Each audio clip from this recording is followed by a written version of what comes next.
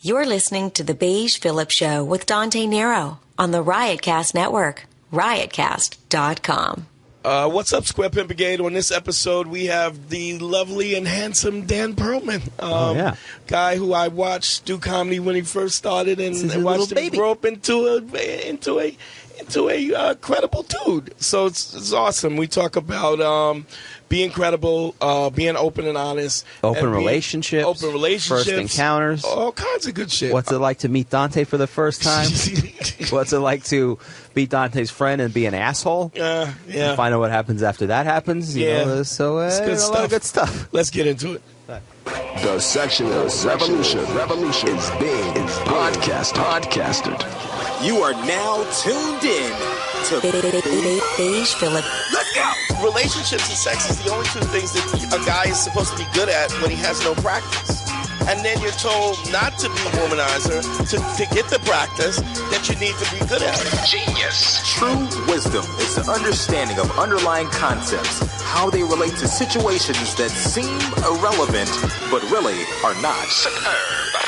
As a man, you have to be strong enough to protect yourself from her emotions. You have to be strong enough to protect your relationship from her emotions. And that means to look at everything and assess it in terms of what's real and what's not real and what's just her emotional state at the time. Perfect. If you want to know how to hunt a deer, you ask the hunter. You don't ask the deer. The deer is being the deer. He doesn't know anything else but how to be, just being her. As a hunter, I need to study her patterns and her behaviors so that I can put this bullet in her. And by the bullet, I mean this dick. You know the rest. What's going on, y'all? GYBB, get your balls back. BABB, be a better bitch. WWDD, what would Dante do? The sexual revolution is being podcasted, and I am excited. Well, finally. It's about to go down. We got a special guest in the building today. Been trying to get this guy in here for a minute, and by a minute, I mean that's black talk for a long time. Right. It's a unit of measurement. Yeah, it's all dudes today. We're going to do it the right way. How you doing? How are you good? I'm doing great, man. Yeah? I'm doing great. Feeling good? All right. Yeah. Running around like a jerk off. Yeah. But I'm good. Feeling all right, though. Yeah. I'm just trying to come off this cold. I had a little cold, so if I sound a little raspy like a transvestite or Batman, whichever. That's right, either or. Both sound the same. And dress very similar outfits. I don't know if you've seen RuPaul's Drag Race. Very similar in style. Very similar. In fashion and clothing. A lot of nipples. That's right. I'm feeling good. Andre's under the weather, so he's not here today. This You're weather. Sick. Yeah, I'm sick and tired of all the bullshit. Yeah, we're all sick around here. It happens, but pimping ain't easy. It gets easier with practice. Let me get to my guest tonight. This is a really good dude, man. I've known this guy for about 5 or 6 years now. Funny dude, creative dude. Does comedy, stand-up comedy all over the place, and give it up for Dan Perlman, y'all. Give it up for Big D. Oh, thank you. What's up, baby? Thank you. It's good to have you here, bro. Yeah, man, thanks for having me. Yeah. Yeah. We've been trying to get this happening for a minute, so I'm glad we finally got you. Yeah, man. I'm excited to be here. Yeah, and for me, the studio's in the house, so I just turn on the lights and walk downstairs. Right. So it's easy for me. For sure. Which is the way we like it. Easy for me. Totally. It's good to have you here, man. I remember seeing Dan like when he first started doing comedy. Yes. Kind of a quiet dude. Yes. Yes. But it's changed a little bit, a little more. A little? Yeah. Comedy has changed you a little bit. As a comedian or as a person? As a person, I think. As a person, yeah, definitely more comfortable in my own skin. Yeah. I remember when I first started stand-up in New York doing check spots or whatever. Yeah. And saying very few words to anybody. Yeah. It was a very speak when spoken to approach that I had. That's funny because now the comics are all reckless. Is horse shit. Right. Fucking awful. Horse shit awful. Open micers just yapping about nothing. Giving advice. Yes. About just, Not when you're around, because you put a stop to that shit real quick. You know what? It's just not enough of me around That's true. to fucking put this shit. You find that? Right. Yeah, totally. I mean, it was just because Patrice used to put everybody in their fucking place. Right. And then the whole tough crowd crew would just be like, shut the fuck up. Right. I mean, the worst would seem to be someone who's like just started and is talking a lot of shit, and then you see them on stage, and then you're like, and it's like, well, you shouldn't be saying anything. You shouldn't be talking to anybody. I'll tell you what's worse than that: watching someone who's been doing it for 15 years be on stage, and then they ain't shit. Yeah, that's pretty bad. That might be worse, actually. Yeah, but I know what you're saying, though.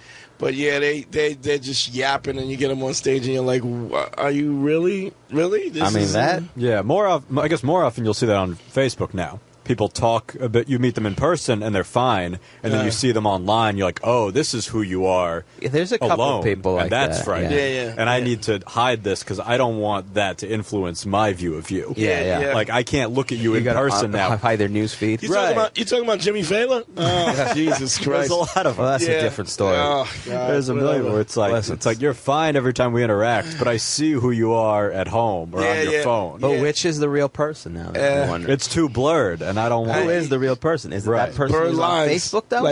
Like Justin Timberlake. The Robert Perlman, whatever.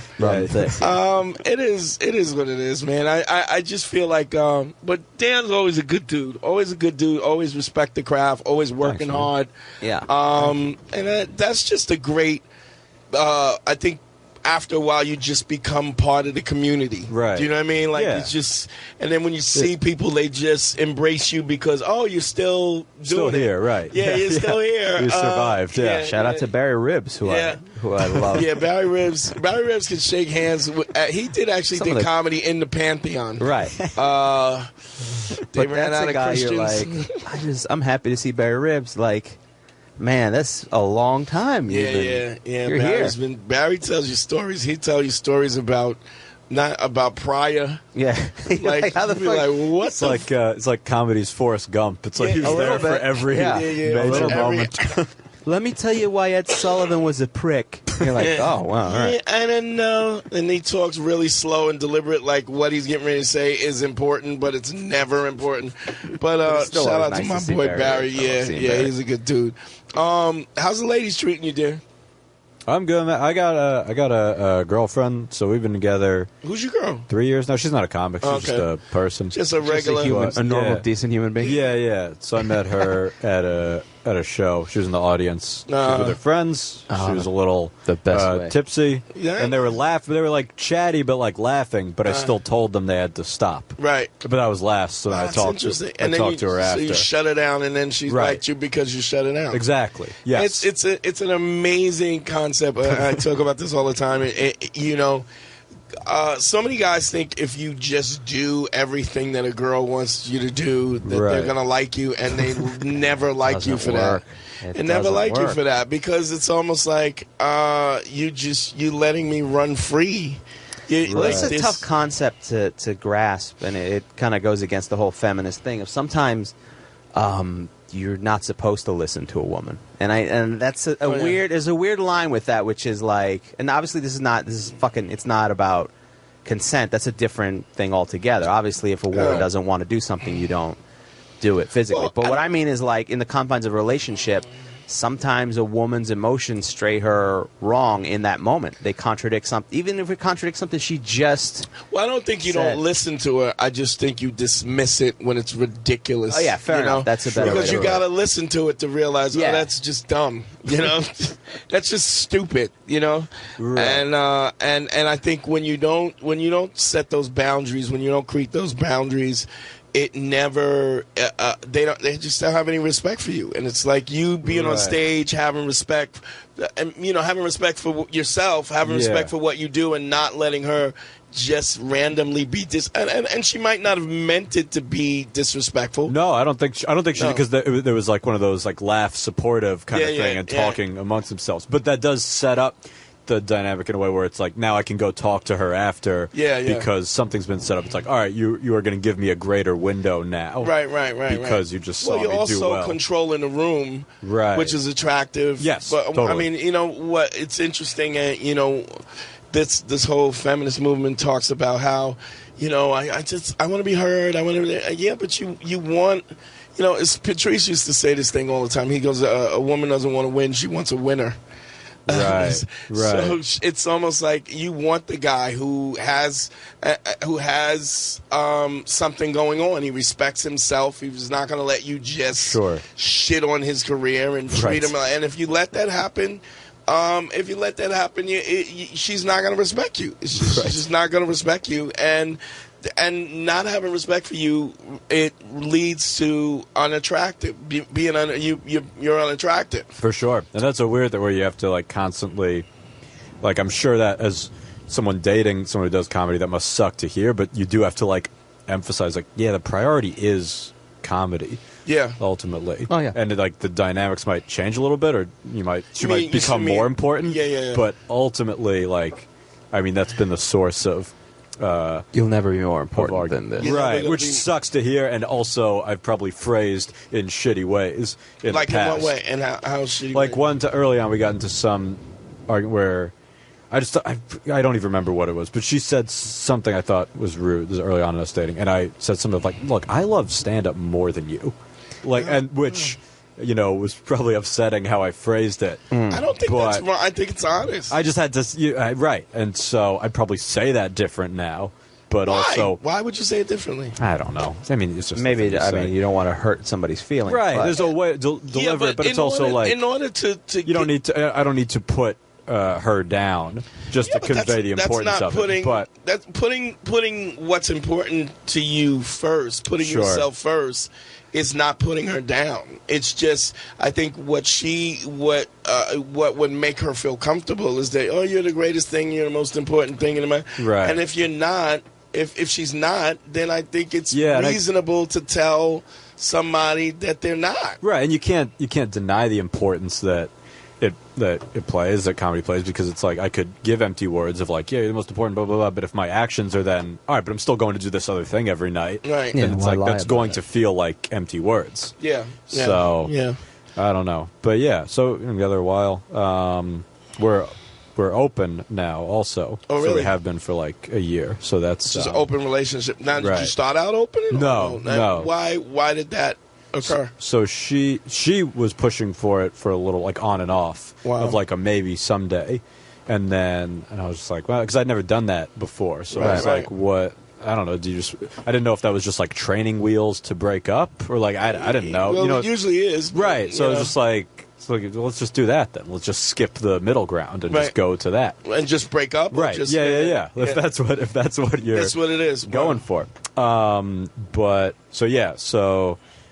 I was like, she was saying, I was like, all right, well then let's just try that. I'd rather just try it than do this vague thing. So we've been doing that for like maybe over a year now. And how does that work? Is it what's the guide? That's interesting because what's the guidelines for that?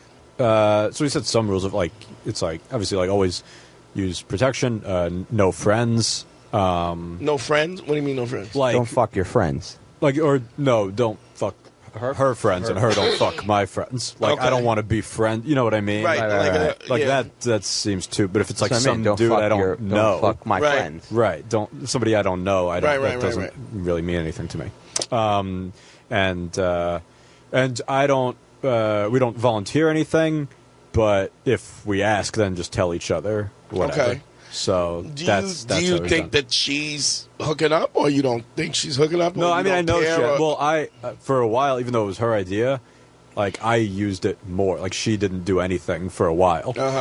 But at first, when we first started it, I went and hooked up with somebody quickly because in my head I'm like, well, before she changes her mind, she's got to have. Well, no, I was thinking like she's got somebody that she wants to fuck. Right. That's why she wants to do this. Right, and that wasn't the case. No, and in my head I'm like, well, I'm not going to lose. Right. Like I'm not gonna just be not fuck if she is. And then I hooked up with someone quickly, and then told her, and she was like, oh, I wouldn't have gone like right to sex with somebody. It's like, yeah, I mean, like I'm not looking to like take it slow with somebody else. Yeah, you know what I mean? Like I'm not going to buy a ton of dinners for somebody I don't care. Right. About. I'm not looking to be in. I already got you on the payroll. How am I supposed to? Right. So yeah. So that's. So I think I've used it more, but she has a little bit. But I mean, I don't know. It's it's never been interesting to try. I found when I was in an open relationship that for me it was more about scratching that itch when you need it. Like I didn't need to go out and do it every fucking week or That's every the thing. night. I don't feel that pressure. But every once in a while, care. If an opportunity arose, that was great. Now, did you think you used it? You used your out more than she did, or no? Yeah, I think guys generally do more often than a chick does. Because just their need and desire is a lot. I kind of feel like less anytime often. a girl puts that on the table, it's because I don't ever know a woman to go, hey, you know what? I love you so much that I just want to make sure you have enough pussy. You know what I mean? Like, that's just not something. Right. No. It's so definitely... when somebody is talking this, when a woman is talking this, I want to in an open relationship, it's because she has something in mind. Sure. Or she doesn't, I've never seen a situation where a woman, and maybe I'm wrong, it's possible I'm wrong. I know in his instance, you've been what? How long has it been that you've been in an open relationship? About a year? It's been open for about a year, yeah. For about a year? I mean, I would say that's enough time where it's not like her trying to run off because... But in my circumstance, I was the one who pitched the idea because I knew at the time she was going through some, she couldn't handle being in a relationship with me, if that made sense, because there was a lot of baggage with my family. Right. And then I was like, if it's something physical you need, let's just do that. Let's just do that. So it wasn't exactly like she wanted to fuck somebody else. But I was like, if that is even an option on the table that's bothering you, let's do that. And then... So you almost offered her that as like a life raft. I don't know if... I guess. To me, I don't think... And she didn't end up hooking up with the guy, ultimately. No? No. So... How long did it last after you guys went open? Several years. Oh, okay. Yeah, we did it for several years. And it was... Did that make things better? Yeah, it was good. I mean, the issues that we had nothing to do with that.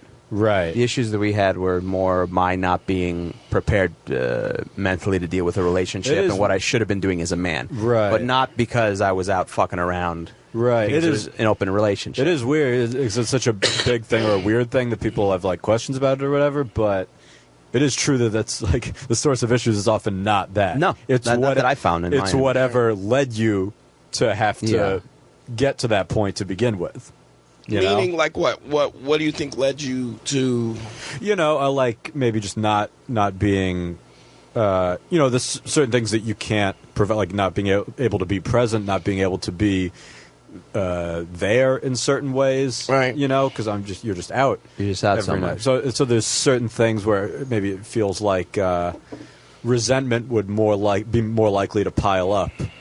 Yeah, that but makes even sense. Just giving yourself that psychological, this is an option for me. I'm not bound. I don't know how, and I genuinely don't know how long-term sustainable this is. I don't know. Right. So, but I mean, you ride things out. But just from my perspective, I would agree that the thing that if something did happen with your relationship, it would more than likely be you not being around. I think that would be right the part that breaks it up. Sure. In my head. But well, yeah. What do you think, Dante? I don't know. I mean, I don't ever know. I've never had a girl say to me she wants an open relationship. Any chick that I've ever been with has always been like, I'm trying to keep you fucking to myself. And I don't. And anytime the relationship has not worked. But there have been a couple who want to be with you solo who are aware that you are in the past are aware. But that's because I wasn't going to give them but so then would you be jealous? You think if a girl was like, I want to fuck other people, would you not care? There's no way that I would be in a committed relationship and then change it to an open relationship. Right. I shouldn't say that because if I was in a relationship with you and then we change it to an open relationship, I don't give a fuck about you. Right. Like I'm at a point where I don't care. I don't care what you do. There's not really a possession. I don't really feel, I don't really feel like you bring that much to the table in the first place. I don't mind fucking you when I feel like fucking you. But isn't that how you feel about a normal relationship? Yeah, that's how I feel in general. It's hard to really gauge in all fairness. Right. And the other thing is, even if a chick comes into a relationship with you, I think for the most part, especially I remember early on when I knew you, there was a lot of situations where they knew you were not alone. Well, they just kind of assume, my personality was just like, this is who he is. Right. But everybody was parlaying, trying to get that number one spot and trying to... Sure, but then in essence, if they know, there is no... Why would they pitch an open relationship to begin with if they know it's not exclusive to begin with? But I've never had a situation where it was like where we were dealing and she was like, well, let's just be open. Right. I think, let's... I mean, the advantage of doing it later, and why I don't know if I would just like get into a thing and have that be the term up front, is I think there is some like trust that needs to be built up, you know? And so if it was someone who I didn't really know up front and it was like, all right, well, let's just set these terms, like, well, I don't even really know you, so I don't know if this is going to be followed at all. Well, I don't know. I mean? I feel like it's like, I don't really know you. Right. I don't really give a fuck. Do what you want to do. I'm definitely going to do what I want to do. Right. So as long as you're available when I want you to be available, then I'm fine. And if you're not, okay, I'll just make somebody else available. You know what I mean? Yeah. I don't know if this is a kind of weird thing because I've had situations where you call what they call soft open, which is I'm open, but they're not. You know, they're exclusive and I'm cheating. Yeah, well, not necessarily. No, they know about it. They know. Oh, they know. But was that established? Like, did you go, listen, this is what I want to do? Sometimes it was established, and sometimes it was just like they just looked at me like, oh, this motherfucker clearly is going to do what the fuck he wants to do. I mean, that feels ideal. It's not so much an agreement as a settlement, as a resigned acceptance. But I would say, I would say that any relationship that I've win, I'm a pretty good, like I'm a good friend. Right. Like, so I'm a good dude in general. So if you're my friend, I'm looking out for you. Right. And I'm probably going to do more shit for you than you're going to do for me because I just do. Yeah. I mean, it just, it's a weird kind of thing because, so I know that I'm the better deal in the situation. And you're winning because you're with me. Right. And me being with you, I'm not really winning. I'm losing. Right. You know, I'm making I'm fine with it because it's, yeah, totally. I'm fine with the sacrifice because, okay, my resources are better, my this, my that. I have a better understanding. I'm going to help you navigate your life, and you're probably not going to help me navigate mine. And whatever extent that you think you're contributing to my life, you're probably not because of the fact that you don't really pay attention and you're not really moving it like I'm trying to move the needle for myself so frequently that I feel like... What do you mean by that? Like, I'm a master of my life. Like, like anything that I want to do, anything that I've wanted to accomplish, I'm doing it, you know?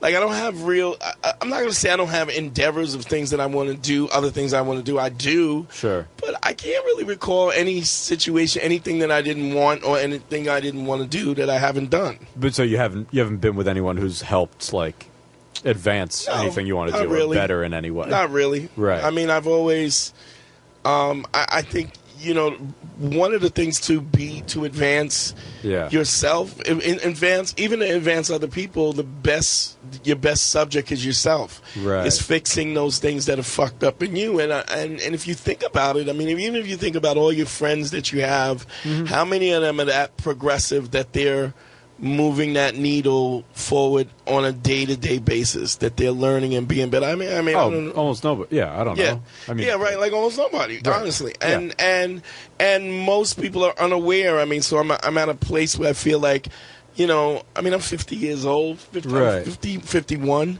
and I'm at a place where nobody knows me better than I know me. Sure. And knowing me is knowing a human being, and we're all so much alike in terms of what we do. Right, but there is something to like of someone else being able to make you better. Even if it's the same, like, I don't know how individual or like isolated it could be of just totally within myself. Because it's like if you're on stage or something, like the energy of the crowd helps you come up with stuff. Right. You know what I mean? Yeah, like of course. You feed off their energy. It helps the pace. So I feel like it's got to be the same, unless it's just a pure bad with a fit relationship. With a relationship. Well, if not, then it just feels also depends. like a bad I mean, you fit. can get to the level as a comedian where, it helps, but sometimes the audience isn't there, and you got to go without the audience. So sometimes you got to raise the level of the audience as a comedian. So that's at a higher level. So you can do that in a relationship, or you only need the audience to be like, for me, like when Dante can take a shitty audience, an audience that's fucking dead, and bring them up and have a great set. Yes. I can kind of do that, but if the audience is good, I can make it a great set. Right. If they're decent, I can make it a really good set. Right. Know? But but that's what I'm saying. If it's a shit bird, it's a shit. I'm gonna struggle a little bit, whereas you would be. Yeah, I'll come in. But either way, pop, and then they. But either way, we both could kind of go. All right, it's not. We don't rely 1,000% on the audience. No, that's let's say rely is different than the ability of the audience to help. Sure, yeah. Energy, and they can. I think that's a level. I mean? That's a skill set level. Yeah, too, because it's definitely not full reliance I'm talking about, but I see what you're saying.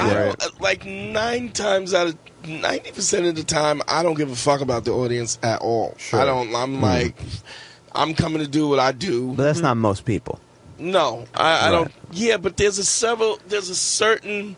Well, this is what I'm saying. There's a level of proficiency, but there's also, comedy is so interchangeable with life that when you really start to own what your value is and what your value is and who you are, and even those insecurities, it gives you this ability to just change people. Right. Your mere presence changes people. You can manipulate. Yeah, which has a negative connotation, but that is that's what it is. That's what it is. Your presence affects other people in positive ways or negative ways, whichever. I mean, that's the idea, whatever. But I mean, I think if you have a positive perspective, though, people, it's just funny, and it's an interesting thing because. So I was telling you, we hung out at Jimmy Fallon. We went to Fallon and hung out with Fallon. He's such a good dude. Yeah. Such a really genuine good dude. Jimmy Fallon? Yeah, he's like a fan of people. Like James Spader was on there, and I was on Blacklist, and Spader even remembered me, which was nice, cool, really dope. Yeah. But so I was hanging out with Ryan Hamilton. Ryan Reese and Pete Lee, which I would feel like those guys are further along industry-wise than I am. Right. I would think so. Okay. I mean, I would assume that. That would be fair. I mean, they've been on television. They've been on television. Been done sets on television. At least comedy-wise. Yeah. And so we're sitting at Del Frisco's, which is a fucking fancy $600 steak, $600 dinner we're having. Yeah.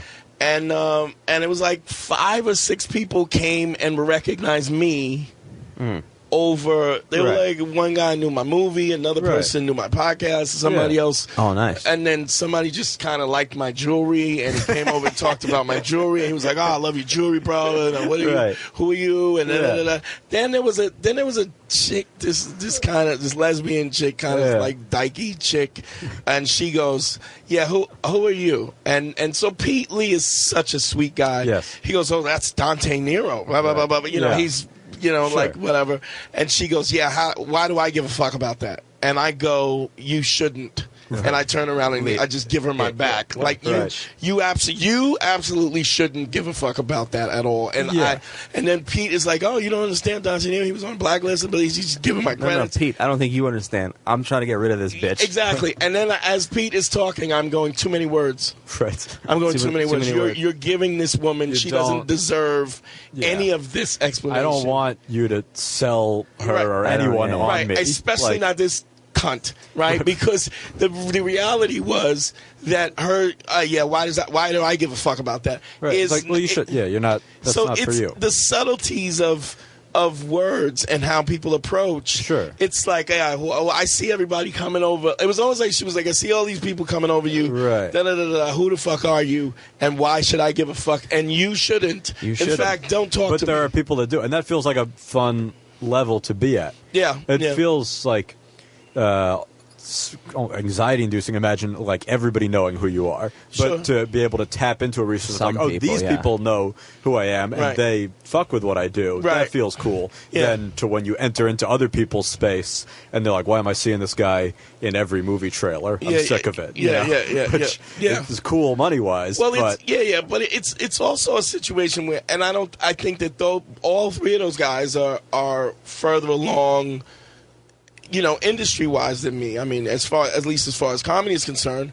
But they were people were coming up and recognizing because I think there's a certain aura that I give off that they go, well, who? Distinct look. Also. I mean, I did have a pink shirt on and pink sneakers. That's true. Well, that's the other thing is also it's a lot easier for people to spot you. Yeah, right. Yeah, who knows how many other celebrities are able to just get away with wearing a black goose goose down jacket, a Patagonia. I mean, the other three guys, all super funny, all that, but they look like many other people. Right. You don't look like many other people. Not a lot of people look like you. Yeah, so that alone. Well, you should go to my auditions. There's an Asian one and Spanish one. Oh, they got all of them. There's like 20 of us there. So. Yeah, the same shirt. They're all just bald heads and bones in their hair. Right? That's funny. But but my intention is not.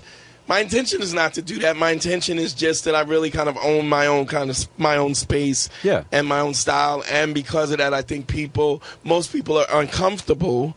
And because they're uncomfortable, they give off this kind of insecurity where I'm just kind of doing whatever I'm doing. And not with the intention of creating any attention. I'm just kind of doing I'm very comfortable in my own skin in that sense. Yeah. And then people are going, well, why is this motherfucker so, like, who are you that you're this comfortable? You know what I mean? Right. It's almost like that. So it was really, really interesting. And we're sitting down, and all of them, I mean, Ryan Hamilton has a special, and Pete Lee, this is his second thing, and we're here because we went to see him do Pete Lee do fan. Yeah, they're just good dudes. I love those really sincere good dudes. That's but cool. It's it was just interesting to me to think of that. And I also I'm not afraid of that either. Like, with people, everybody's like, who is this, afraid of the notoriety of it either. Right. Like, I don't, like, I would never want to be a guy who's hiding. Like Chris Rock has that sometimes where he's kind of like, nervous and creeped out by people. Throw on a baseball cap. And in all fairness, the guys like Chris Rock, I mean, maybe at that level it's a lot different. There's people harassing you for a bunch of things. Yeah, but you know what, Kevin Hart is like, he's right out there. Oh, he loves it. Yeah, but also Kevin Hart also does have a bodyguard, and the second he's done with his set, he's kind of got to go. I think he hangs out and he just fucking. I mean, well, look, Dave will get on the fucking train. Right. Dave Chappelle will get on the fucking train and ride the train with a hoodie and just kind of. But I've also seen Chris Rock just show up at the Strip and leave without anybody. He's also shown up without anybody, but it's a weird thing. I think it goes back and forth because I remember. Saying hello to Alana Glazer, who is on Broad City now, right? And she did a set, and I know her from NYU and stuff, so we're chatting. She's like, hey, can we just move away from this door? Like, we're outside the venue. She goes, can we move? I go, what's up? She goes, yeah, I just did a set in there, and I don't want people to come. And sure enough, people start coming out, and they want pictures and stuff. Sure, and it becomes a little bit...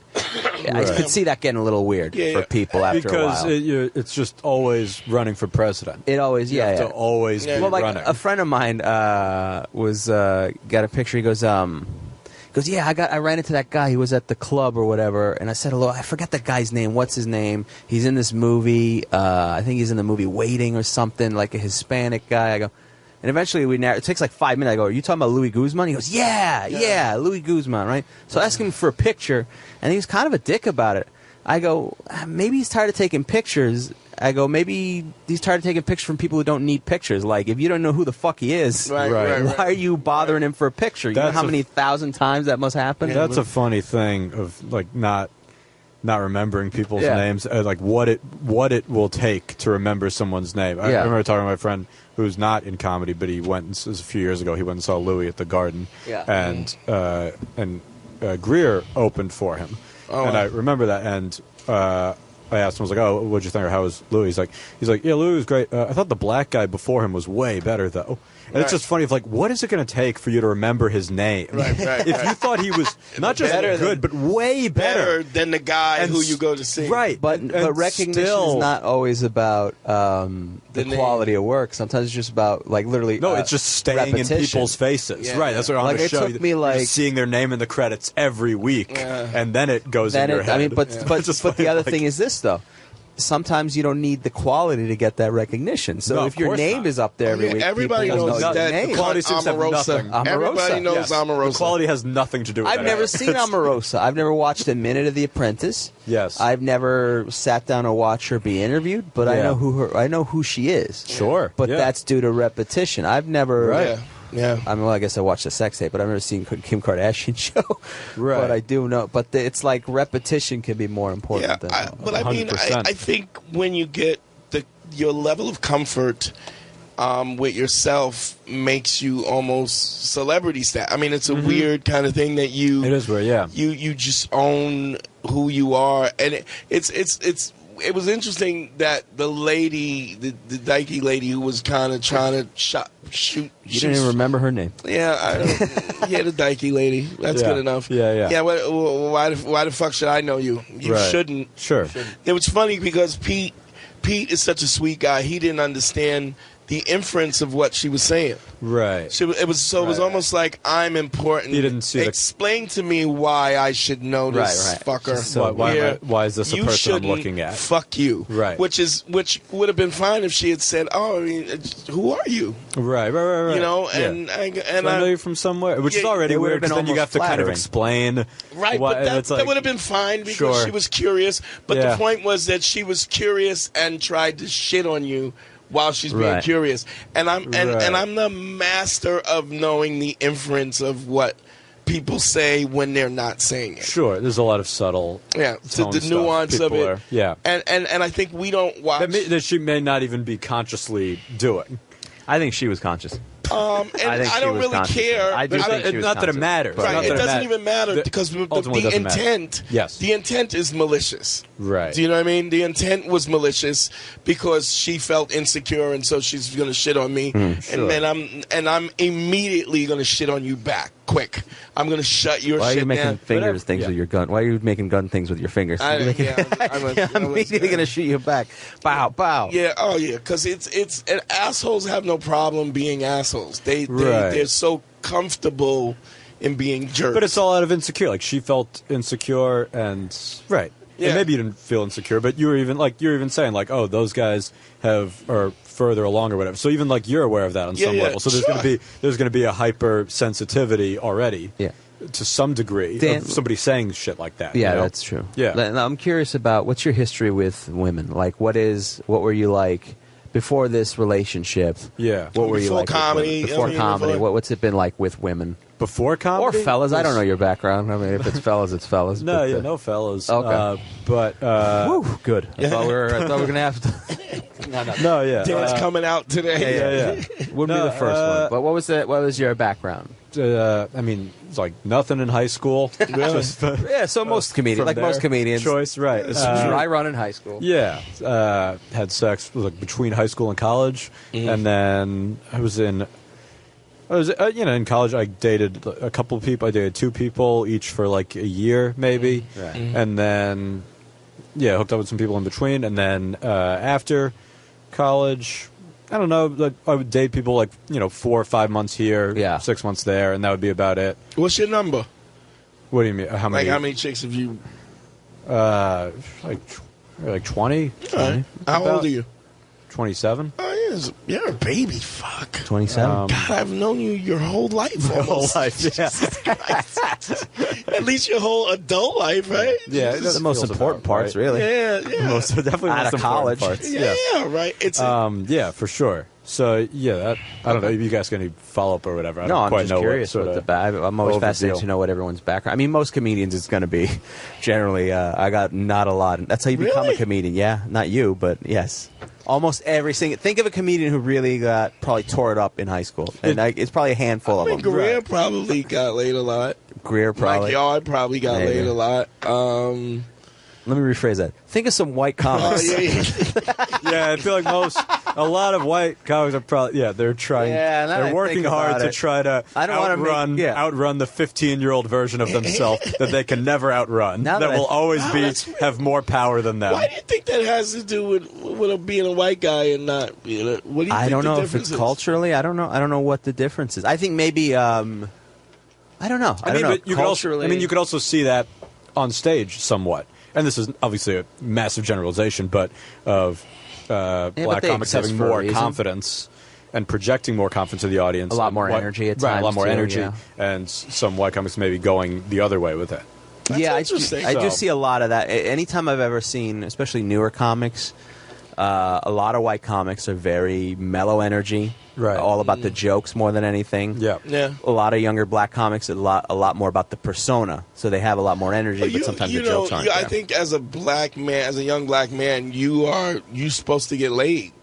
Like, that's a thing. Like, why are you not getting laid? What's wrong with you? Like, that's the focus. From like friends, you mean? Yeah, friends, family. Culture, I would say even family. Because Hispanic, it's a little bit more. It's that way too. Right. Or even like even on my dad's side, there was a little bit of that, just slightly, not as much as the Hispanic side, but there was a little bit of like, hey, you got a girlfriend? You got a girlfriend? You getting some pussy? Yeah. Sort of. That's my mother. Here's a memory I had about my mom. Like this. There was a girl I used to who was. I don't know if you know, but his mother's wild for the night. She is wild for the night. Dan. If you don't know what that phrase is, I think you could figure it out. Okay, yeah. She is wild. She is wild for the night. Some things before I look it up on Urban Dictionary, I can still have a guess. I would assume whatever your guess is, I think that's correct. Context quiz. So one time I was with this girl in high school who was like my best friend, but you can't really be best friends with a girl for very long without, Right.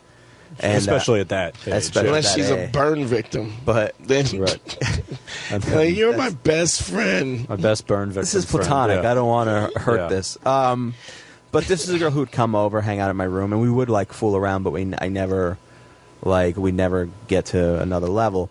And my mom kind of picked up on that. She told me, she's like, you gotta. She literally said, you gotta grab her pussy. Like, much like our president now, my mom's advice was like, you have to grab her. You have to go for it. Go do it. Like, and she was like, you got to be more aggressive. See, which clearly makes you understand what wild for the night is. Yes, wild for the night. For sure, yes. You have to grab her pussy. You have to grab her pussy.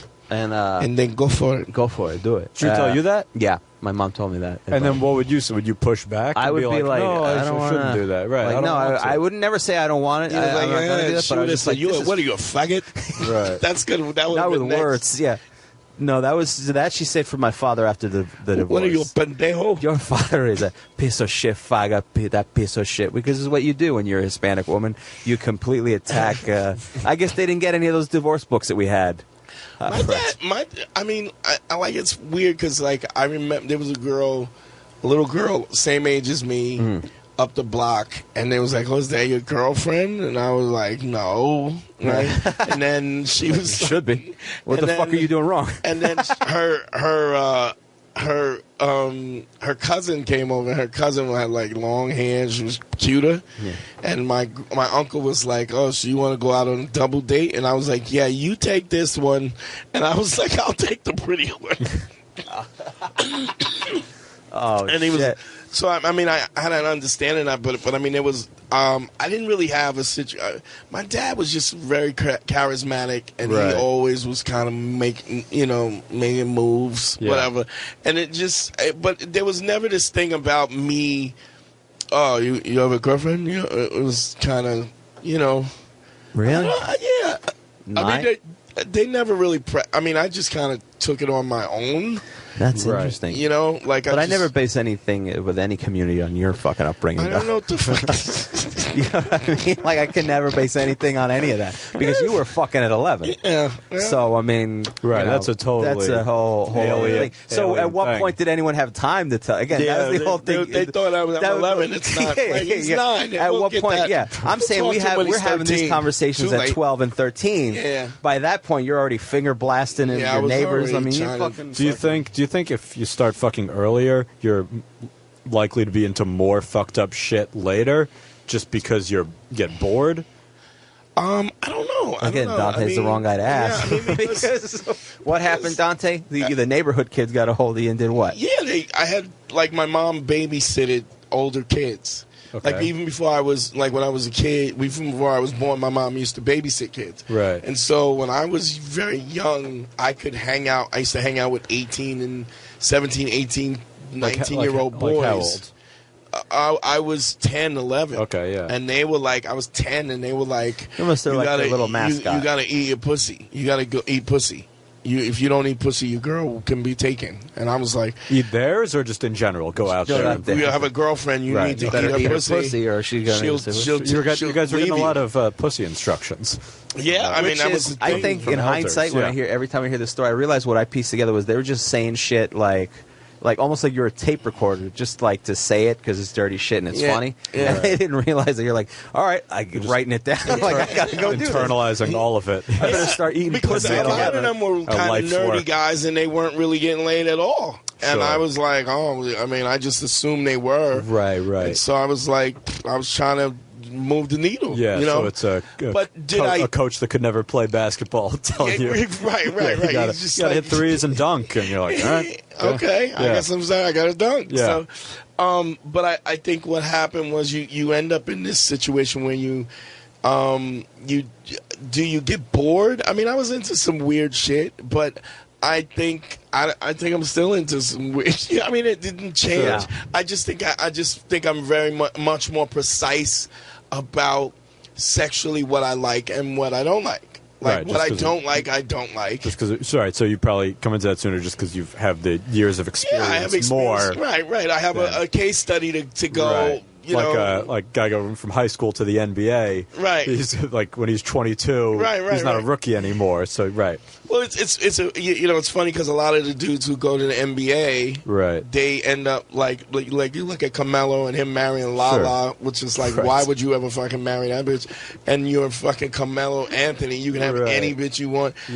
But the fact is, a lot of those guys don't get laid a lot because they're practicing. Right. They're doing double practices and they're not really they don't have girls. And I feel like a lot of them marry whoever they were with in high school. Yeah, and they don't really learn any game because the chicks like them because of their athletic prowess, and so they don't have to figure out the dynamic of it. Wasn't my. And I mean, I was pretty good in sports and stuff, but I mean, I was already in the game, before I even had chose a sport. I was kind of already. That was the sport anyway. But I think I don't think you get bored. I think you just learn what you like, and and then you learn also. I think the thing that I learned more than anything was that some chick fucking me is not doing me a favor. I do most of the work. I'm more proficient. Like pleasing her? I'm just in general. Even when she pleases me because I've learned to turn her on to a place where she pleases me. Okay. Like I've had to show her how to please me. And so it's like, this is all me doing work, which I guess is what we were talking about before. It's just, I don't have a lot of situations where I've had a chick who brought me up. Sure. I mean, I've had older chicks who I fucked who were kind of showing me a few things, but even that, in the context of that, there was other things emotionally that I provided, which is why they were interested in me in the first place.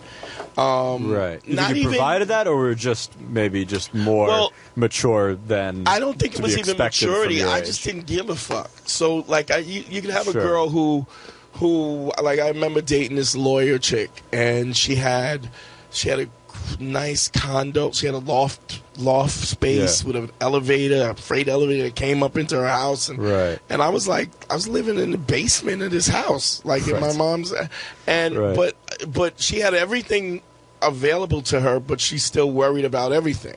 Right. And I had nothing, and I didn't give a fuck about anything. Right. And so I think what she admired about me was the fact that I didn't give a fuck. Right. And she couldn't, and no matter how... You had nothing to lose. Right. Well, it wasn't even that so much. It was just that she was so prepared and still worried. And she didn't know how to be in that space of... Like, I was always like, it's all going to work out. It can all work out. Worried about what? Like she had career, relationship, the right clothes, the Louis Vuitton, and this, right impression. Get the right impression, and I didn't give a fuck. Right. And I just didn't care, and this is who I am, and if you like me, like me. If you don't like me, don't like me. Sure. So she would fuck you here, or she would fuck you her place? Both. Both, okay. Both. I mean, I don't ever recall being in a situation where I was asking a chick and she was like, no, I won't do that. Like in a car, I would pull off in an alley and fuck a chick on the hood of a car. I just. But I don't really understand. Location. I don't really understand it. I don't know why that's making me laugh. Yeah. Just the notion, like, you go pull off. I go, oh, yeah, you fuck in the car. On the hood of a car, I'm like, oh, all right, I'm out again. I remember walking down on 56th Street, 51st Street, or 50, where the train, and then, like where they have the overpass. And I just was like, come here. And I just slid in between the area, and it was just in between where and just fuck the chick outside, and that's just crazy. It's funny when I speak to my sister, she goes, it was really crazy. Right. I was like, what do you mean? You've mellowed a lot, you think? Yeah, not really. Not really. I mean, it's not as much public fucking, I would gather. No, but I don't public fuck because I don't want to. Like, it's uncomfortable. Well, right, that's what I'm saying. Yeah, right. That's what I mean by mellow. It's like you settle, you live in a nice place. It's like, But I mean, you have rooms for that. I bought this. That's why you want a roof. Tempur-Pedic mattress for a reason. Yeah, right. I gotta stand up. My back hurts now. I'm like, I gotta brace against it. I gotta hold you up while you lean against the bridge. Yeah, you don't need to hide in the frozen food section or whatever. It's just, I don't know. It's just a weird thing. Food emporium. I had frozen peas I had to dig out of my ass. It was a whole thing. It's just too much. But when you really start to just explore who you are as a person, right, and you really look at who you are as a person, not only does it help you comedically, but it helps you in Harry's life. It's just you just, like, so many people, everybody's afraid of who they are. They're afraid of what they are. They're afraid of what they're not. And it's just an interesting thing. I recently got I don't know if I told you about the Reddit thing. I have there's a whole Reddit page on how they hate my guts, and Reddit hates everybody. Reddit hates everybody, man. That's not even I have a few streams. Sure, really. And it's like people who actually listen are like other they must shows. listen because they've mentioned stuff that Is my name they talked about. No, I'm sure they hate it. I'm sure they hate you. Why am I jealous that my name hasn't come up? That's showbiz in a nutshell, by the way. I haven't heard about a lot of internet forums or you read the YouTube comments. They love everything. They're so fantastic. I had a guy on YouTube who called me a nigger pig, which is always nice. Dude, they had to disable the comments on Martin Luther King's "I Have a Dream" speech because they were too angry and hateful. Really? Yeah. So people are like, "Can you believe what they said about my Conan set?" It's like, that's easy. They didn't like it just Dr. King. And then when I would be on here, I would talk about the trolls, right? And I would go, "You fucking douchebag trolls! Like, go get out of your mother's basement and fucking go do something." Right. And then they commented about how my opinion of trolls is so backdated. There's plenty of people that have jobs who troll. We troll because we're having fun, because it's fun.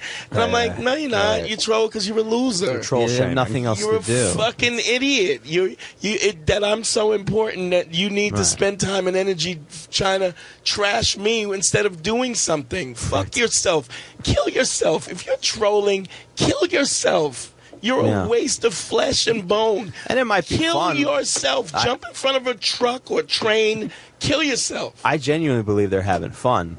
But it's the same way. I don't know. I think they are to some extent. I mean, there's some stimulation they get out of that. Right. Sure, but the stimulation is a stimulation because they don't want to do anything. They else. don't want to move the needle in their own life. Right. Because moving the needle in your own life is much more difficult. It's more difficult. It takes more editing. I've had guys talk about my ridiculous sense of confidence. Right. And I'm like, why would you have? I don't know why. Why is that a problem?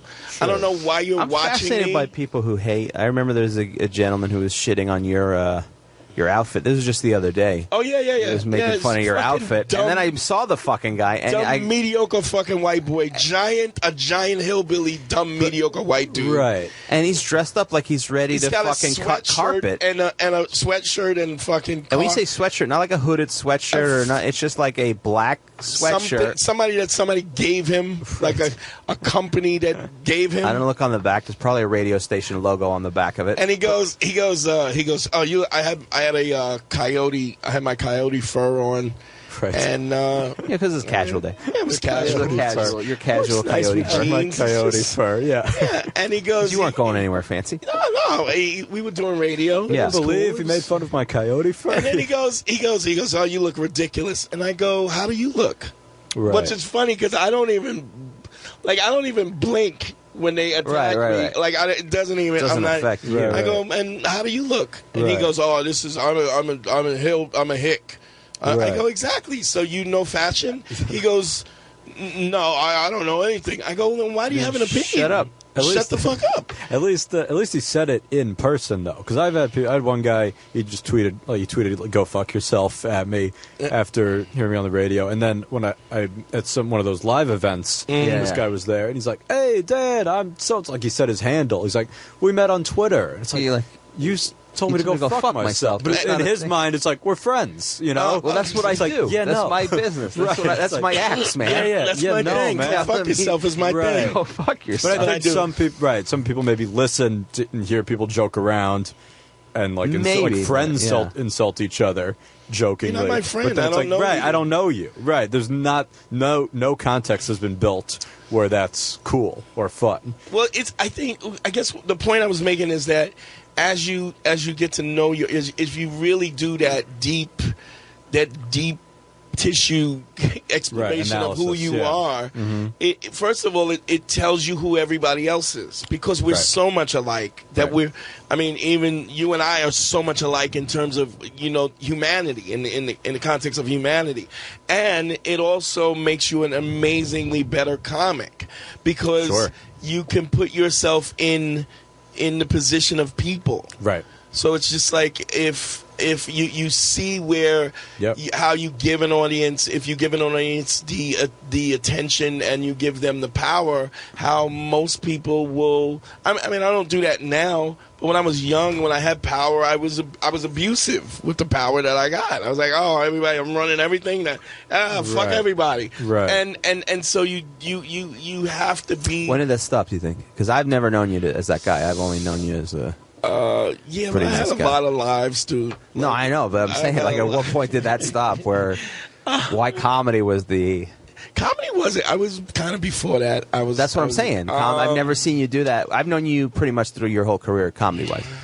So I've never seen you... With women, I was fucking... Still? When I had the ability to kind of just be with any woman that I wanted, then I was like, fuck you. Right. You don't like it? Yeah. Go. Right. Now, I'll still do that, but I do that when somebody's pushing my boundaries and not being respectful of the boundaries that it's not. Right, it's and being comfortable even doing that, because it's kind of like when you said you were talking about look, comedy is more important than you, and then you almost feel uncomfortable, but it's truth. It's the truth.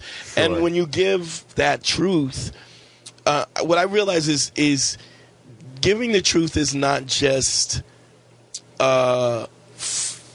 it's not to hurt them. It's giving them a real sense of where they're at in your life so that they know how to respond. Right. And and it's also there's something about saying that though, that it's trying to keep some power or just keep someone away, which maybe is okay and maybe is just a defense, Do you think so? Because I don't know. I don't know. Okay, like sometimes I'll just say I don't want to do that. Right. Like I've had people say, "Hey, I want to go. Let's go to a play." Nah, I don't want to do that. Right. Like I'm not doing that. Right. Oh, you don't want to go to? No, I don't. I have no interest in that. Mm-hmm. And so, but you're a guy who's open to doing new things. Just it's something you go. I know that. If you tell me you got tickets for Wicked, I'm going. I'm not going. You're not going to Wicked. I'm not going. I'm not going. Now, if you tell me you want to go to Cirque du Soleil, I'll be like, oh, I'm being for that, you know? Right. But I'm very clear about what I like and what I don't like. I'm not going to go listen to bunch of gay dudes sing. No, you're going to go to Cirque du Soleil. I don't want to. Wait. Yeah, I'm not gonna go listen to a bunch of gay dudes sing, but I will see a bunch of gay dudes acrobatic stuff. Yeah, I love that. Absolutely. Not the gay dudes. It's just what they're doing. It's what they're doing. And of course. So, I'm not going to go see Lance Bass, but I will go see the Village People. Those guys put on a show. I would definitely go see them. So it's not the young man, there is no need to feel down. Right. Yeah. Young man. Dante's shouting, play Macho Man. What are you guys going to do, Macho Man? Come on, you guys are the king of macho. So, but I think it's a great song, by the way. Getting comfortable with yourself, and I don't think saying things to hurt people's feelings, that's not what the intention is. No. But it's important for somebody who who is treading upon something that you love and you're dedicated to not let them know, because if they think that they can get away with it, they'll get away with it. Right. So you go, you're not important. Look, don't ever. It's a brushback pitch. Yeah. Exactly. Yes, you're crowding the plate. Get the fuck off the plate, bitch. Right. Like, back the fuck up. Because I'm throwing heat here. Because if you don't, it's going to crowd the plate. And crowding the plate is what? Taking advantage, just having an attitude. Right. It's being disrespectful. That's really what it is. That's why pitchers throw. I don't know. They throw on the outside a little bit so you don't crowd the plate, because otherwise, what are you going to do? You're going to crowd the plate. It's the same thing in hockey where don't touch the goalie. You touch the goalie, then I got to hit you in the face with an elbow. Yeah. If not, then you're going to, Hockey always feels like an extreme. Yeah, it does. Well, they take everything, they up it to another level. Yeah, there's a lot of that. But that's also because I think it's more, the reason it's more extreme is the stakes are higher. It's more extremely dangerous. You got guys losing teeth and stuff. Yeah, losing teeth. You got guys on skates going at a faster pace. There's not a lot of that in, let's say, basketball, because you can't. Nah, but you can't. You can't. Oh, motherfuckers will slam the fuck out of you. Hell yeah. Sometimes. Not in the NBA, not as much as it used to be. No, not as much because the they rules cut are down on it. But here's the difference with the NBA now. What would be fine 20 years ago is like a foul now. Yeah. So they've pulled the reins so tight. In hockey, it's still like in hockey. If you're playing the video game, you can still get two guys to fight. Right. Sometimes. Yeah. You're allowed to hit people in basketball. So there's no degree of that in basketball. Yeah, well, in basketball, you can't even leave the bench anymore. Right. They would have a whole team fight. Yeah. If you leave the bench, everybody's suspended. Yeah, you stay out of bench. Yeah, but I think it's funny, as I was talking to my nephew about this, and we debate constantly because he doesn't pay attention and he doesn't do what I tell him to say. But I was saying you need to tell people how you want to be treated. Right.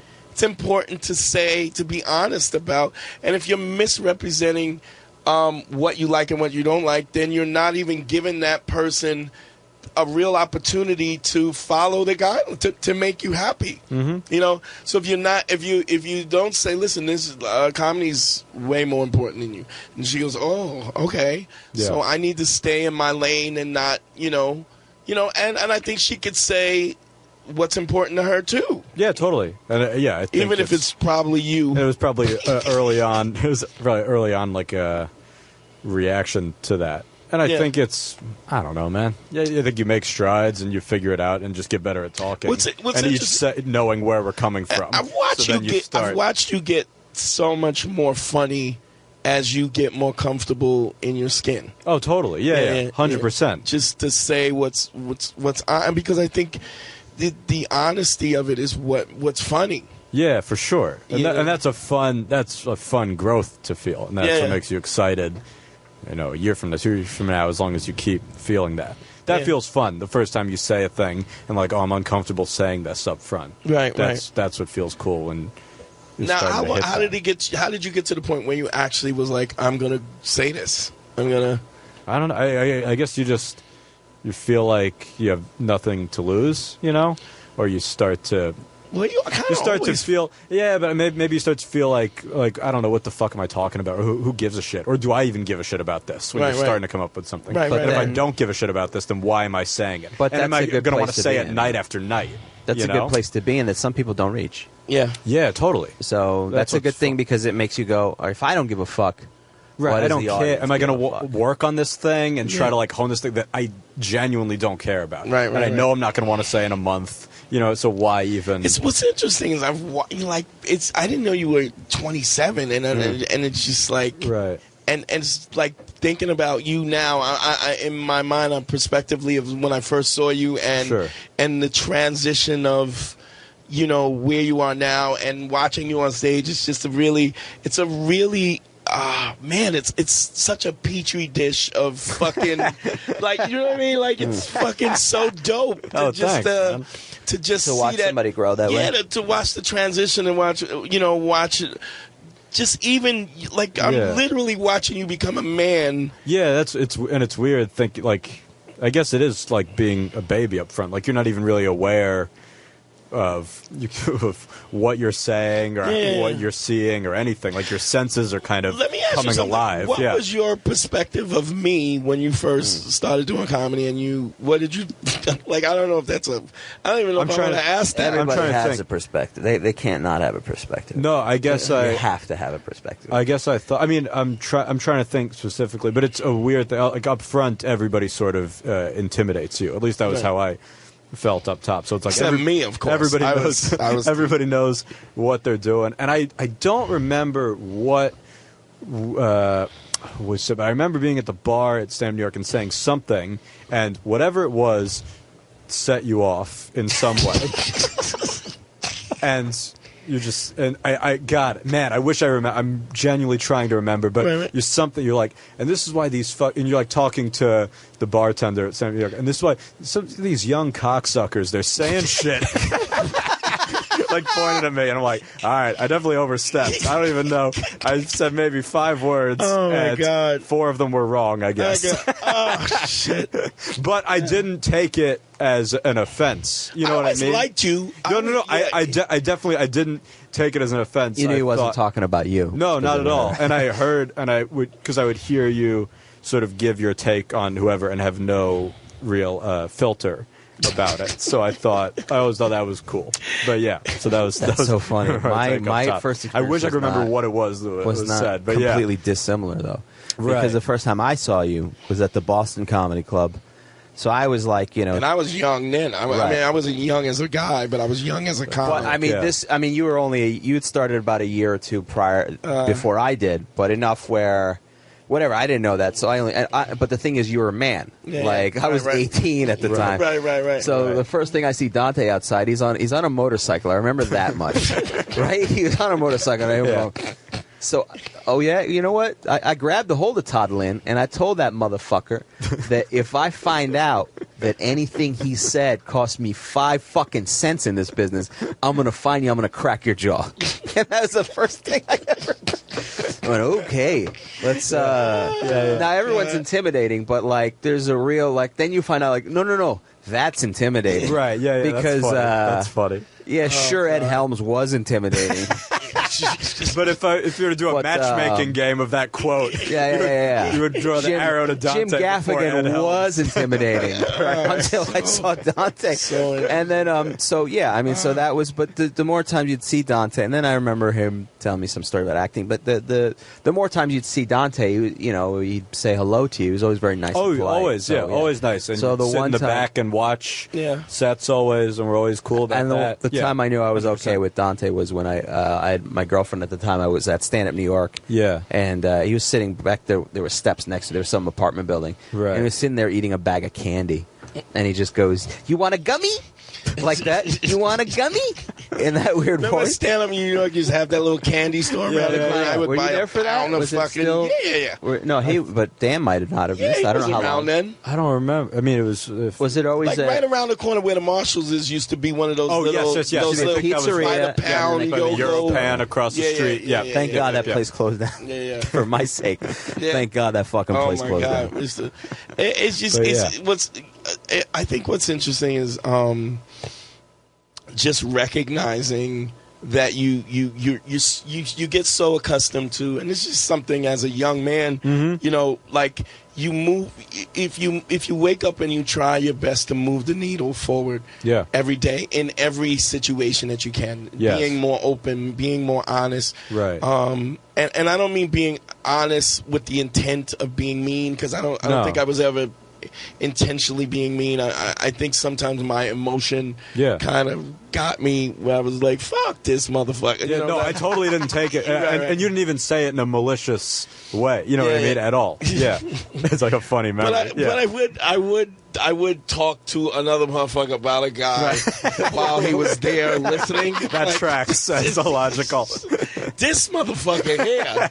And I've been witness to that. I've seen you do it.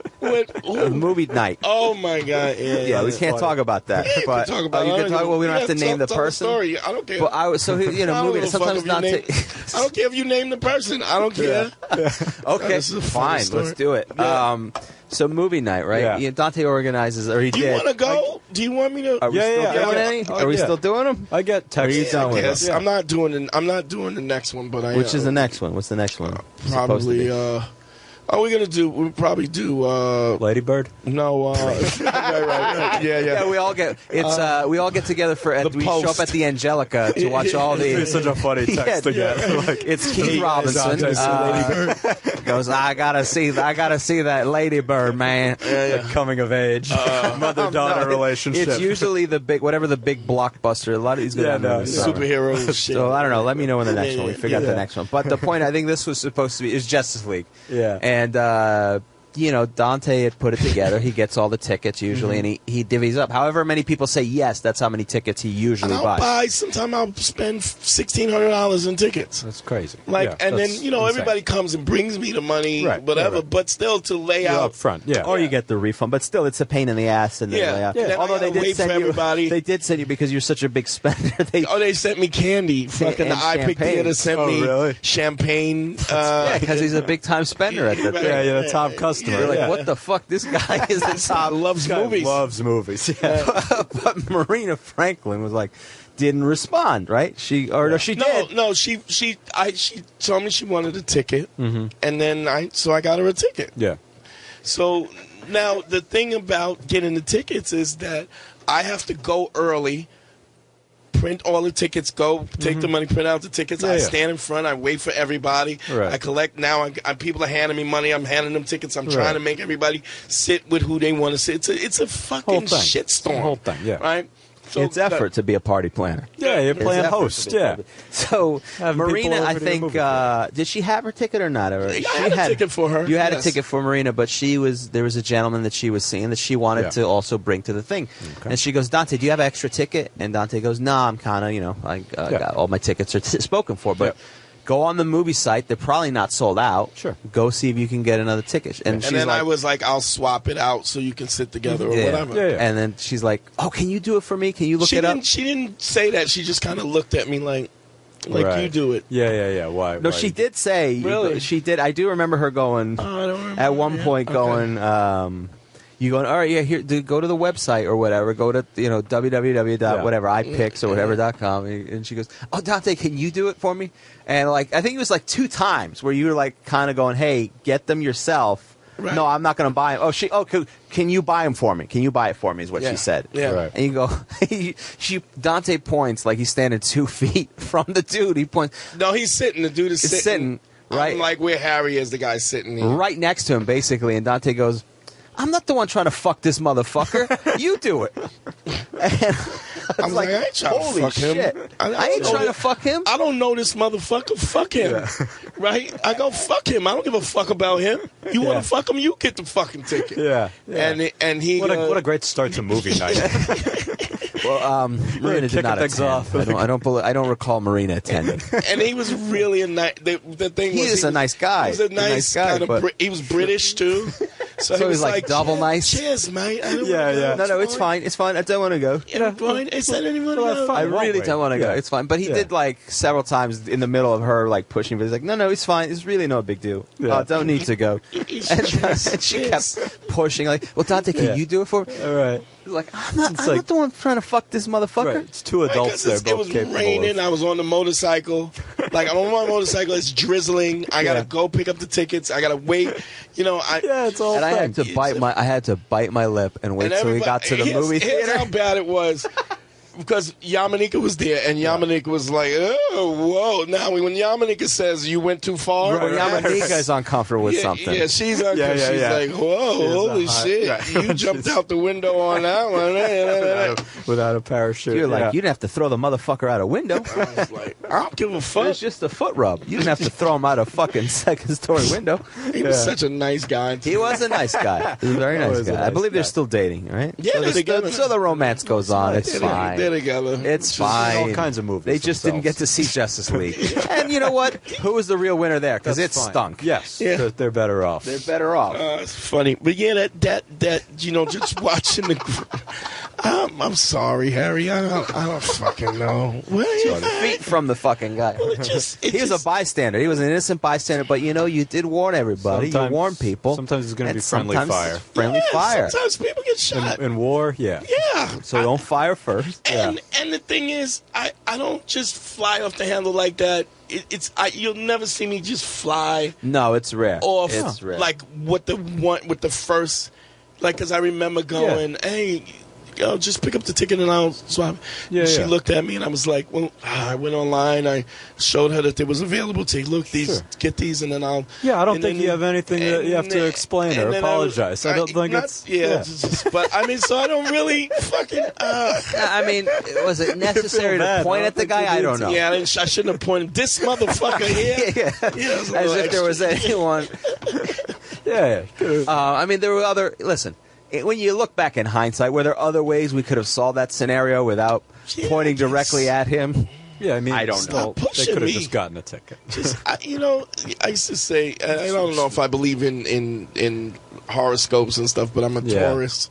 I'm a Taurus, and I just want to graze and fuck heifers, Just leave me alone. Don't try to put a rope on me and ride me. That's going to be a problem. Yeah, but you're a Taurus. Now I'm going to try and gore you to death because you want to tie a fucking rope around my balls and ride me.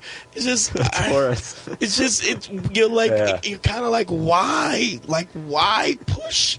Why do this? You know what? I think, in all fairness, that might not have been the first instance. Yeah. Where you felt No, it was a couple of times, things where I felt like she just took advantage. Right. She had taken so I don't advantage. want people thinking that you just randomly fly off the she's kind of taking advantage. I don't know who's hearing this movie ticket anecdote and harshly judging. Yeah, I mean, like a non-thing. But I think that the honesty of it's sometimes, and I was saying this to my nephew. My nephew's 28, right? And so I was telling him, I said, a lot of times you don't want to be honest about what your feelings really are, and what happens is you're not giving people an opportunity to treat you the way you want to be treated. Right. If you don't,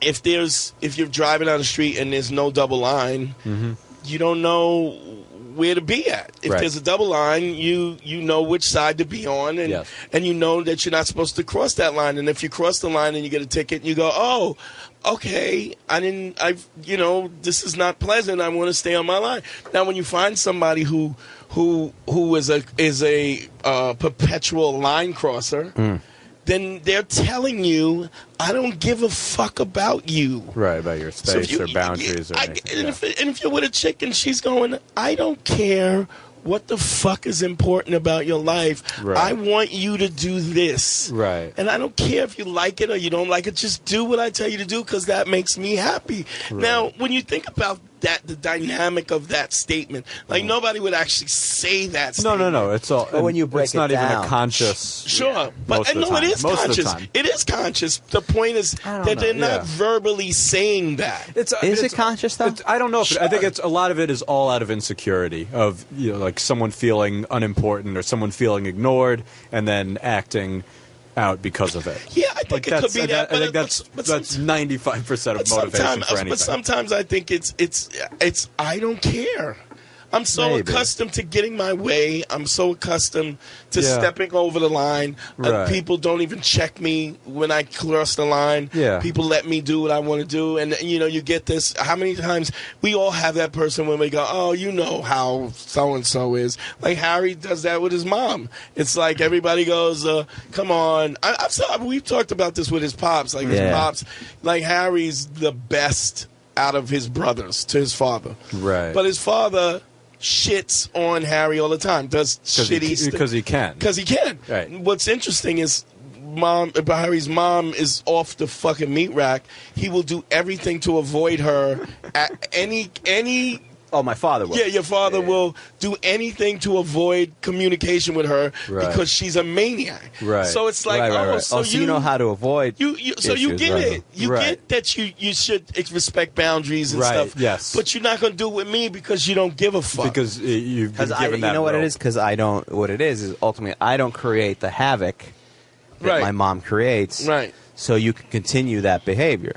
So now I got to create the havoc. And the thing is, a crazy thing. It's not havoc. He doesn't even like it. Like, he doesn't like it when his mother does that to him. You transvesti. Yeah. You motherfucker. You faggot piece of shit, son of a bitch. She does that anyway. Right. So now he's, hey, Dad, how you doing? And then his dad. It's really, for me, it makes me angry. Sure. Because you get it. Right. It's not like you don't get it. You're capable. You know what uncomfortable is? You know what it You know what it is what's uncomfortable. Right. Why not treat people the way you want to be treated? I've had that with that homeless guy who used to fucking scream at people right on Franklin Avenue. He refused to get a ticket for movie night. Exactly. Right? Yeah. Well, he would running up to people because my neighborhood is so gentrified. He would run up to people and go, "Peanuts, popcorn," and the little white lady would jump and scare and oh my god, right? And so him and I make eye contact. Right. And he makes eye contact with me, and I go, "You come over here, I'm gonna fuck you up."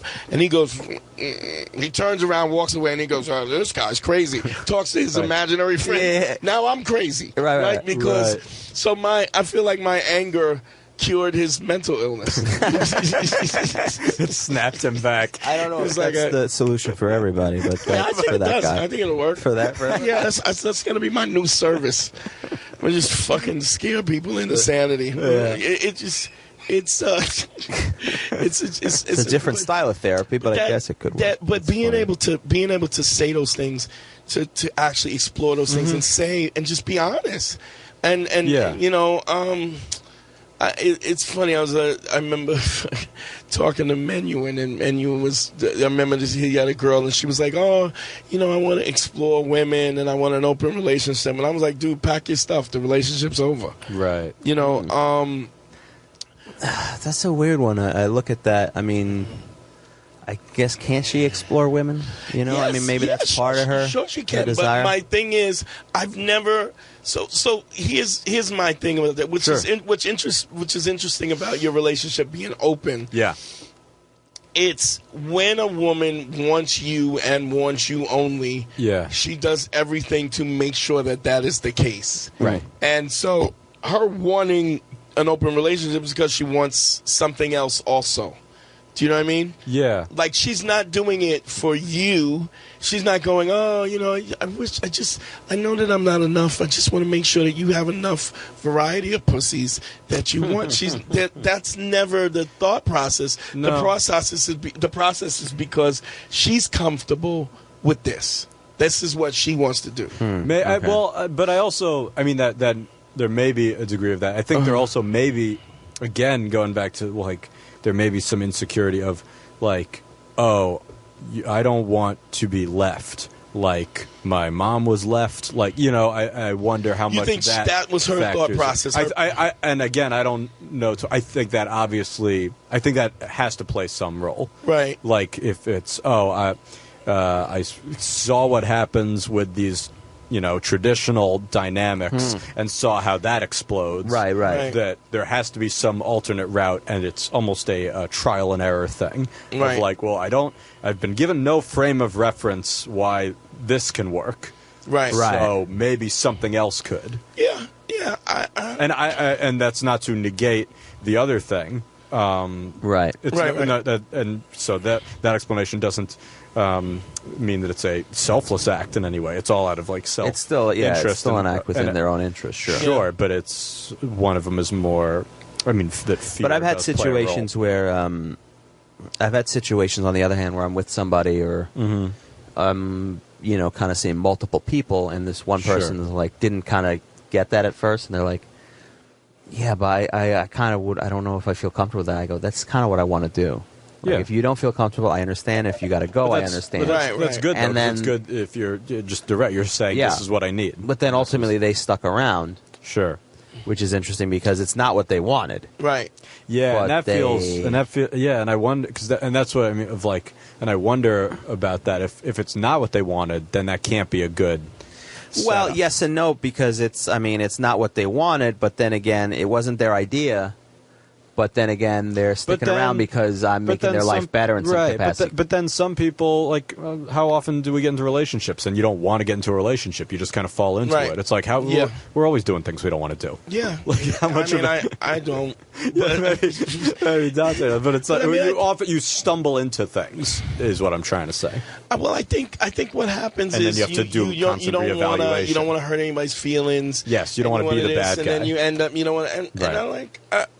But me pursuing my happiness, if that's what makes me, a bad guy, then I'm willing to be the bad guy. Like, I think you totally have to be the bad guy. Yeah. I think that's when people act out and do shitty stuff because they're afraid to be the bad guy for 5 minutes. We got time for some. We can do one. Yeah. Hold on 1 sec. Hold on. Let me see. Let's get it. Shit. Okay. So, let's see. This guy goes, I used to listen to Black Phillip, and I was excited to see that you continued your own version. Over the years, I've dated a lot. I was very determined to find a relationship at one point, but things never quite worked out.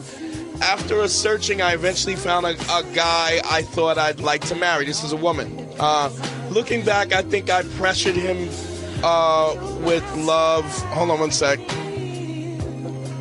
Let me see. I'm fucking up here. So this is a woman.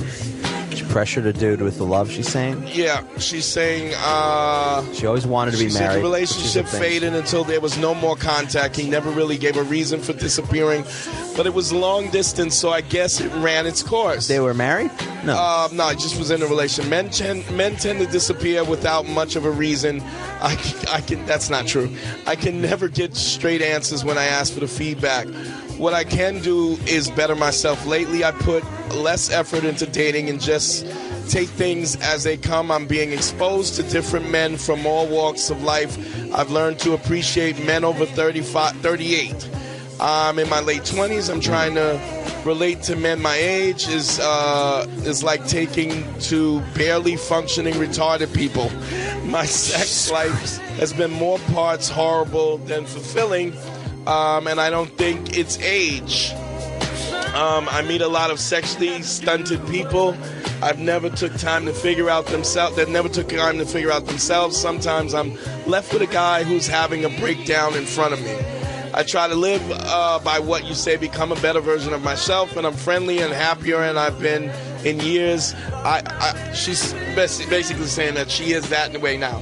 I just say fuck it and worry less about things I can't change. The reoccurring thing I hear is, you're great, intelligent, cute, and open. I have no idea why you're single. Meanwhile, the men who say it are not making me their girl. In fact, some guys feel the need to talk to me about other women they are pursuing while they're with me.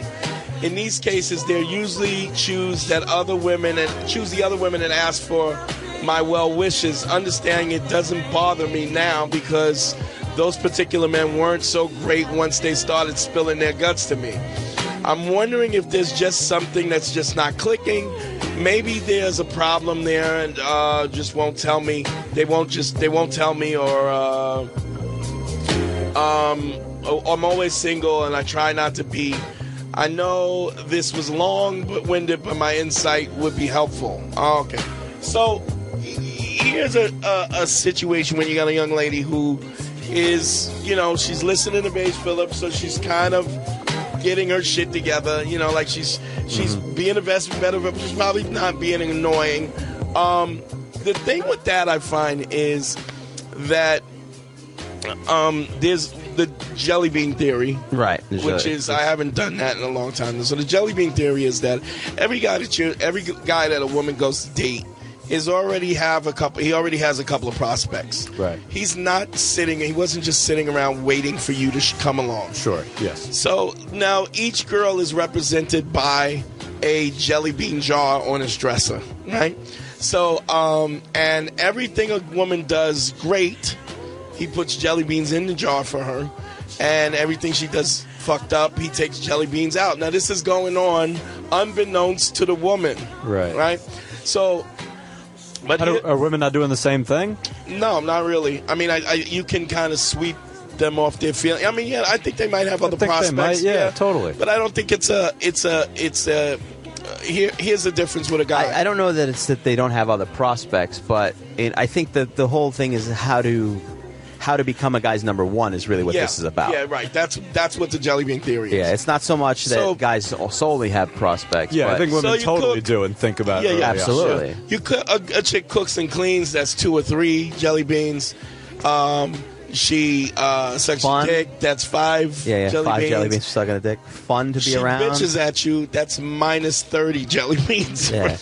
So you can also lose jelly beans. Right. The aggravation always counts more harder against her than. So you'll have a jelly bean jar who you've had maybe for 3 years and it only has 25 jelly beans, and you'll have another jelly bean jar that you've had for 7 years and it's got 30 jelly beans in. Right. And so what you want to be as a woman, you want to fill up your jelly beans. You want to do nothing that detracts the jelly beans and everything that puts jelly beans in that jar. Mm-hmm. And then at the point when you feel like you want a relationship, you don't even ask for a relationship. You go, listen, I really realized that I really like you more than I thought, and I can't really continue this. So I need to go. I know that you like to be with multiple women. I know that you have other prospects, and that's fine, and I'm not trying to change you. I just emotionally can't put myself in a position where I'm with you. I continue this. It's too painful for me. Right. And at that point in time, you get your dolly, and you take this huge jar of jelly beans that are already full. Back it up. And you back the truck up. Yeah. And you put your jelly beans, and then you scrape all the extra jelly beans that have fell on it, and in your shirt, and you go. Yeah. And then 5-second rule. Right. And then you slide away, and he's left with a ring on his dresser of your jelly bean jar that had hundreds of jelly beans in it, and he has one that's been 3 years, been there 3 years. It's only a matter to amass 17 jelly beans, right. And one that's been there for 5 years that's only amassed 35 jelly beans, and then you walk out the door. Right. What the guy will usually do after that is he will go, I'm just calling to check up on you. And you go, I really appreciate you checking on me, but I'm really trying to get over you, so I'd appreciate it if you wouldn't. I understand that you have other prospects and and you're not really interested in a relationship. Right. But I'd ask that you don't contact me because I'm trying to get past this and move on in my life, which is reasonable, right? What this guy starts, he goes back home and he looks at the 2 jelly bean jars on his dresser, one with 17 jelly beans and one with 35, and he remembers for some jelly beans. He remembers you shoveling jelly beans into a garbage bag, and when he goes, hey, I really feel like I want to be with you, because then he's making the decision to be in the relationship because you're the better deal, right? And you're not making him make a decision. You're just removing yourself from the situation. It's something that I say all the time: is make ultimate decisions. Don't give ultimatums. Your job is not to say, look, if you do this, I want a relationship, so you got to leave these people so we can. You don't do that. You take it for what it is and you remove yourself, and then when they call you and say, look, I really miss you, and they go, yeah, I understand you miss me, but I understand I'm not okay with this, and yada, yada, yada, yada, yada. And then he goes, well, maybe we could try a relationship. And you go, as a woman, you go, no, I don't want you to change who you are. I'm comfortable with who you are, and I don't want to be the person that changes who you are, and I don't want to I don't want to twist your arm to do something you want. And he goes, no, you know what? I think this is better that we do. It's a weird push-pull, yes. And he makes the decision himself. Right. And that's the problem. But is that what she's doing wrong? I mean... What she's doing wrong is, first of all, she shouldn't be talking about other women with them because she shouldn't be talking to him about other women. So she's doing friend zone shit, ironically. Yeah, so he has the best of both worlds. He can fuck her, and he can treat her like a friend, and he'll never recognize... Wait. She's fucking, though.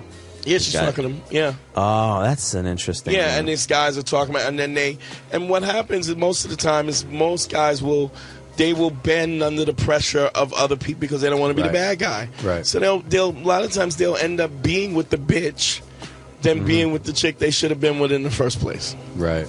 And you have to set your boundaries clearly about what's good for you. And if you're not going to set those boundaries, then they're not going to follow it. You're not even giving this person an opportunity to treat you the way that you want to be treated. So you have to show what your value is. You have to make it evident what your value is, and then the takeaway is the thing that gets you the boyfriend. So, okay, that makes sense. It's a little devious, but it's not. I mean, because it comes from an honest place. You first show your value, and then you go, listen, I'm not going to stick this out and still be this great girl for you. This is what I need. This is not a threat. This is just a basic need I have. Right, and it has to come from an honest place, which is like we're saying about comedy. It comes from an honest place. So I find it more often than not, people learn pickup, and they learn how to pick up girls, right? But it doesn't come from an honest place, right. And ultimately, it's a performative sort of thing. And ultimately, there becomes this incongruency about who they are in the first place, and then it all falls apart anyway. So, Dan, thank you so much for coming, man. You were a delight. Oh, thanks so much for having me, man. It was super fun. Dope, man. I mean, thanks for reaching out. And, I'd love you to plug your stuff, man. What you got coming up? DanPerlmanComedy.com. I'm headlining Caroline's January 30th. Nice. Tuesday at 7:30. It should be good. Promo code Dan for cheap tickets. Yeah, come out. Cool. Awesome. And what's your Twitter and all that stuff? At Dan J. Perlman, Perlman. It's Twitter, Instagram, and All right, cool. Harry, talk to me. You can go to my website, IHateComedy.com. Yeah. That's where all my info is going to be. And go to Capital Wrestling. I'm still doing color commentary for them. You can watch new episodes every week. Awesome. And we're doing a new show February 9th. We're going to be taping another set of shows in Hoboken, New Jersey. Also, we're trying to get to 1,000 likes on Facebook. Yeah, we're still trying to do that so we can do a bonus episode for you guys. Also, check all my stuff out at Dante Nero, Instagram, Dante Nero Comedian. If you need a consultation, go to DanteNero.com and click on consult. I'll help you out any way I can. I am at your service. GYBB, get your balls back. BABB, be a better bitch. WWDD, what would Dante do? The sexual revolution is being podcasted. I'm loving y'all, man. I'm out of here. Pass it on, pay it forward. Peace.